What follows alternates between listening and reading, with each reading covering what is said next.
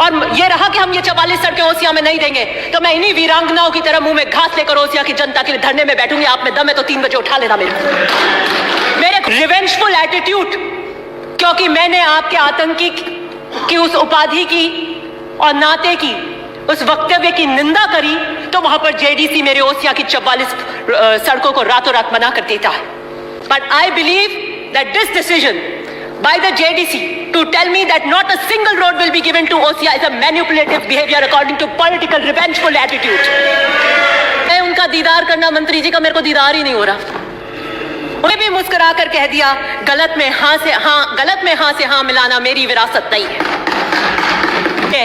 इस धरती पे दोज़ख का नाम कारागृह को कहता है, उसी कारागृह पे मैंने 10 साल सजदे किए हैं। मैंने कहा कि हम तो डूबेंगे जो डूबेंगे सनम, तुमको भी साथ लेकर जाएंगे।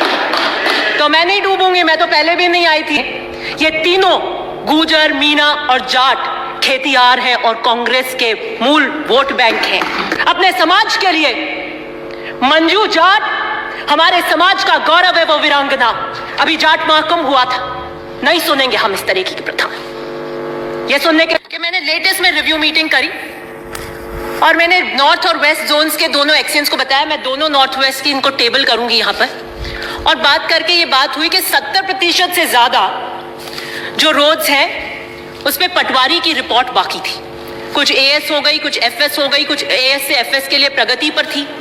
आई कॉल द जेडीसी और मैंने जेडीसी से कहा कि 70% से ज्यादा दोनों के अंदर एक पटवारी की रिपोर्ट के लिए लंबित है। कितना टाइम लगता है एक पटवारी को जाकर एक रिपोर्ट लेकर आकर देने के लिए? आप साल भर से अंदर एक पटवारी की रिपोर्ट नहीं लेकर आ पा रहे हैं। क्या कमिटमेंट आप मुझसे रोज 1 हफ्ते और 1 दिन का कर रहे हैं? जेडीसी मुझे उत्तर देते हैं कि हम ओसिया को एक भी रोड नहीं देंगे। तो मैं इनका कैसे नहीं देंगे? फिर आपने ये फ्यूटाइल एक्सरसाइज क्यों कराई? हर शाख पे उल्लू बैठा है। मुझे लगता है उन्होंने इस शेर को बहुत सीरियसली अडॉप्ट कर लिया और उल्लू बनाने की ये प्रक्रिया करते रहे, हमारे साथ मीठी गोलियां देते रहे। ये सरकारी अफसरशाही जनप्रतिनिधियों को गोली देने का काम कर रही है। ओसिया से आपकी कोई आय नहीं है। पास्ट में ओसिया से जेडीए को स्वीकृत हुई है सड़कें, वो कैसे हुई? मैं तो जानना चाहती हूं कि ये जो पूरी एक एक्सरसाइज चल रही थी, यकायक सडन यू टर्न 2 दिन में कैसे हुआ कि नहीं देंगे? तो क्यों आप हमसे वार्ता कर रहे थे? क्यों आपने अपनी टीम्स वहां गांवों में भेजी? क्यों आपने रास्ते के पूरे रूट देखे? क्यों उनके एएस को आपने कर दिया? क्यों आपने एफएस किया? ये फ्यूटाइल एक्सरसाइज क्यों करवाई? गांवों में उन सबको पता है कि यहाँ पे प्रस्ताव बने इस रोड के लिए, वो निरंतर आते हैं, वो जेडीए में भी जाते हैं। हमारे यहाँ पॉलिटिकल चेतना बहुत है और वो पूछते रहते हैं कि टेंडर कब होगा। क्यों आपने किया? और अगर जो कंसोलिडेटेड फंड 44 रोडों का लिया गया उस वित्तीय वर्ष में, वो अगर इन रोडों पे एग्जॉस्ट नहीं किया जाएगा तो किधर एग्जॉस्ट किया जाएगा? उस फंड को क्यों और किसी और जगह क्यों यूटिलाइज किया जाएगा? दिस इज बिकॉज एक जेडीसी से दूसरे जेडीसी, इस टोपी की इस टोपी, उसके टोपी उसके ऊपर, अरबों खरबों की संपत्ति है वहां पर। But I believe that this decision by the JDC to tell me that not a single road will be given to OSIA is a manipulative behavior according to political revengeful attitude. ऐसा क्या हो गया 2 दिन में? प्रगति report 15 दिन पहले आज आप कह रहे हैं कि नहीं देंगे, तो आपको साल भर पहले नहीं पता था? आप हमें 2 साल पहले कहते थे, हम उसके लिए और कोई रेवेन्यू सोर्सेस ढूंढने की कोशिश करते कि हम उन रोडों 6 महीने पहले, आज आप मार्च में हमें कह रहे हैं कि हम नहीं देंगे। उधर आप 10 करोड़ के प्रस्ताव ले चुके हैं हमारे से मिसिंग लिंक में। कहां से हम इनको 44 रोडों को एडजस्ट करेंगे? सच बात पूछिए तो उन्हें एक दिन महफिल सजाने का शौक आया।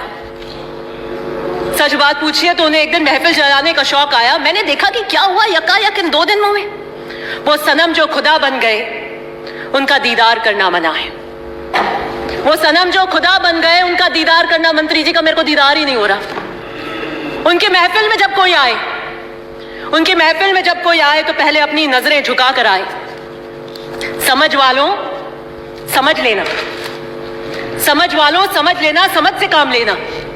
समझ वालों समझ लेना, समझ से काम लेना। समझ में काश आ जाए, समझना समझना। समझ में काश आ जाए, समझना समझना, तो इतना ही कहना, इस्तीफा देना। मैं उस महफिल का हिस्सा नहीं थी उस दिन। मुझे मत ऐसे तंग कीजिए और हैंड ट्विस्टिंग कीजिए। मैं तो 20 में भी अपनी जगह थी, 23 में भी अपनी जगह थी, आज भी सही जगह खड़ी हूं। Somebody who is a convict begging for mercy can be the minister. फिर मैंने फिर सोचा कि चलिए पॉलिटिकल रिवेंजफुल एटीट्यूड इन्हीं 2 दिन में क्यों हुआ? इसी 2 दिन के अंदर ऐसा क्या घटनाक्रम हो गया? तो मैंने पूछा,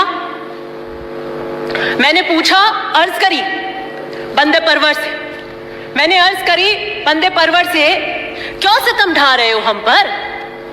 मैंने अर्ज करी बंदे परवर से, क्यों सितम ढा रहे हो हम पर? बात सुनकर हंसकर मुस्कुराकर वो बोले, हमसे टकराना मना है। मैंने भी मुस्कुराकर कह दिया, गलत में हां से हां मिलाना मेरी विरासत नहीं है। प्रियंका गांधी जी के नारे को आत्मसात कर रही हूं, लड़की हूं, लड़ सकती हूं, द्रौपदी नहीं हूं, बाहरी कृष्ण की आवश्यकता नहीं है मुझे अपनी रक्षा के लिए। मैंने 10 साल जबर के अंधेरों में जिंदगी गुजारी है। मैंने 10 साल दोजख पे सजदे किए। इस धरती पे दोजख का नाम कारागृह को कहता है, उसी कारागृह पे मैंने 10 साल सजदे किए हैं। मैंने कांटों से नहीं, फूलों से धोखे खाए हैं। मैं सहारों से धोखा खाई हूं, अब सहारों से बच के चलती हूं।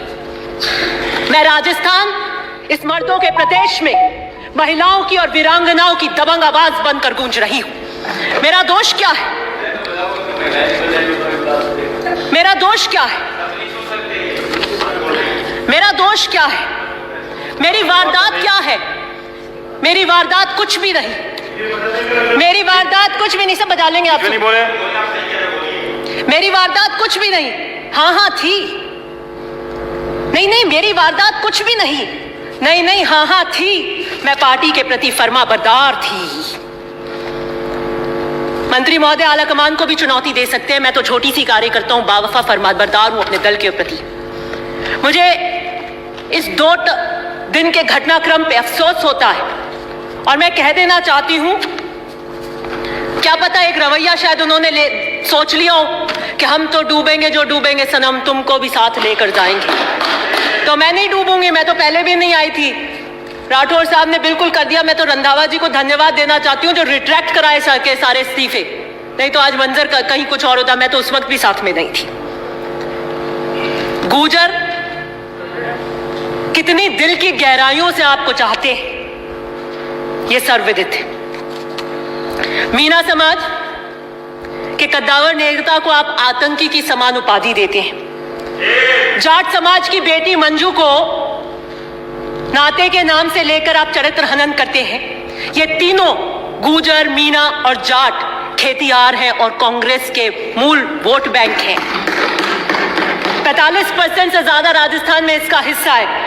गजब की सोशल इंजीनियरिंग कर रहे हैं और 6 महीने बाद हम चुनाव में जाना चाहते हैं। यहां सितमगरी के तरीके सिखाए जाते हैं। यहां सितमगरी के तरीके सिखाए जाते हैं। निगाहें उठती नहीं, खम उठाए जाते हैं। मैं मुख्यमंत्री जी से अनुरोध करूंगी कि दिस रिवेंजफुल एटीट्यूड, क्योंकि मैंने आपके आतंकी की उस उपाधि की और नाते की उस वक्तव्य की निंदा करी, तो वहां पर जेडीसी मेरे ओसिया की 44 सड़कों को रातों रात बना कर देता है। This political revengeful attitude, let the Rajasthan see it, कि अगर मैं सही पर सही खड़ी होकर अपने दल के लिए, अपने समाज के लिए, मंजू जाट हमारे समाज का गौरव है, वो वीरांगना, अभी जाट महाकुंभ हुआ था, नहीं सुनेंगे हम इस तरीके की प्रथा। ये सुनने के लिए हम उच्च स्तर के सदन के अंदर नहीं खड़े हुए। आप हमारी पार्टी से हो सकते हैं, और ये सरकार का वक्तव्य नहीं था। सरकार का वक्तव्य इतना था कि कब कब एफआईआर हुई और कब कब हमने अरेस्ट किया। और मैं इस बात का, मुख्यमंत्री जी के इस बात का समर्थन करती हूं कि हमें परिवार के बाहर नौकरी नहीं देनी चाहिए। उसका कारण है कि अगर हमने परिवार के बाहर नौकरी दी तो जो हमारा पीछे रूरल बैकग्राउंड है उसके अंदर हो सकता है कि पीआर में ब्लैकमेल कर ले कि जाइए तुम नौकरी लेके आइए किसी की, नहीं तो हम घर में नहीं रखेंगे। It can be used as a tool against these women. इसलिए हमें परिवार के बाहर नौकरी नहीं देनी चाहिए। वो बच्चे, शहीद के बच्चे डॉक्टर, इंजीनियर, आईएएस बनने चाहिए, लेकिन किसी कारण अगर किसी की हेल्थ अच्छी नहीं हो, कहीं कोई एक्सीडेंट हो जाए और वो उच्च पदों के पढ़ाई नहीं ले पाए, तो वो नौकरी उसके लिए रिजर्व होनी चाहिए। ये कहकर आप मत टालिए कि वो नाते में गई और आपने कभी देवर को दिया है क्या। मत करिए इस तरीके से चरित्र हनन। आपने सरकार का, रुकिए मैं फिनिश कर रही हूँ, ये सरकार का वक्तव्य मैं से अग्री करती हूँ, लेकिन आपने वक्तव्य को कैसे पेश किया।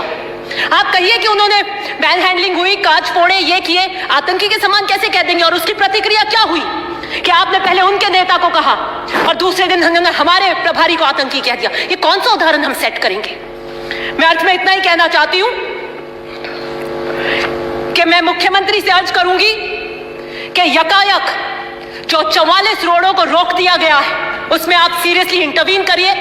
और मंत्री जी क्योंकि आजकल जिद पे आ जाते हैं और उनकी जिद सबसे बड़ी होती है, उसके आगे सब नतमस्तक हो जाते हैं। वो अगर जिद पे अड़ गए और ये रहा कि हम ये 44 सड़कें ओसिया में नहीं देंगे, तो मैं इन्हीं वीरांगनाओं की तरह मुंह में घास लेकर ओसिया की जनता के लिए धरने में बैठूंगी। आप में दम है तो 3 बजे उठा लेना मेरे खून आरजू को वो समझ रहे हैं पानी, मेरे खून आरजू को वो समझ रहे हैं पानी। मेरी रोडे रोक कर नहीं कर मेरा हाथ मरोड़ पाएंगे आप। मैं सही के लिए खड़ी हूं उन जनप्रतिनिधि से और कभी उसमें मेरे को गुरेज नहीं हुआ है। 6 महीने की अवधि है, हम सब चुनाव में जा रहे हैं। ये जो मिनिस्ट्री है इनके पास, जिस कलम से दस्तखत करते हैं, इस पे इतना मत इतराइए। ये भी उधार की है, ये भी उधार की है और ऐसे दरिया तो बहुत चढ़कर उतर जाते हैं। धन्यवाद। इस वीडियो को लाइक करें, हमारे चैनल को सब्सक्राइब करें, बेल आइकन जरूर प्रेस करें हमारी न्यू वीडियो सबसे पहले देखने के लिए।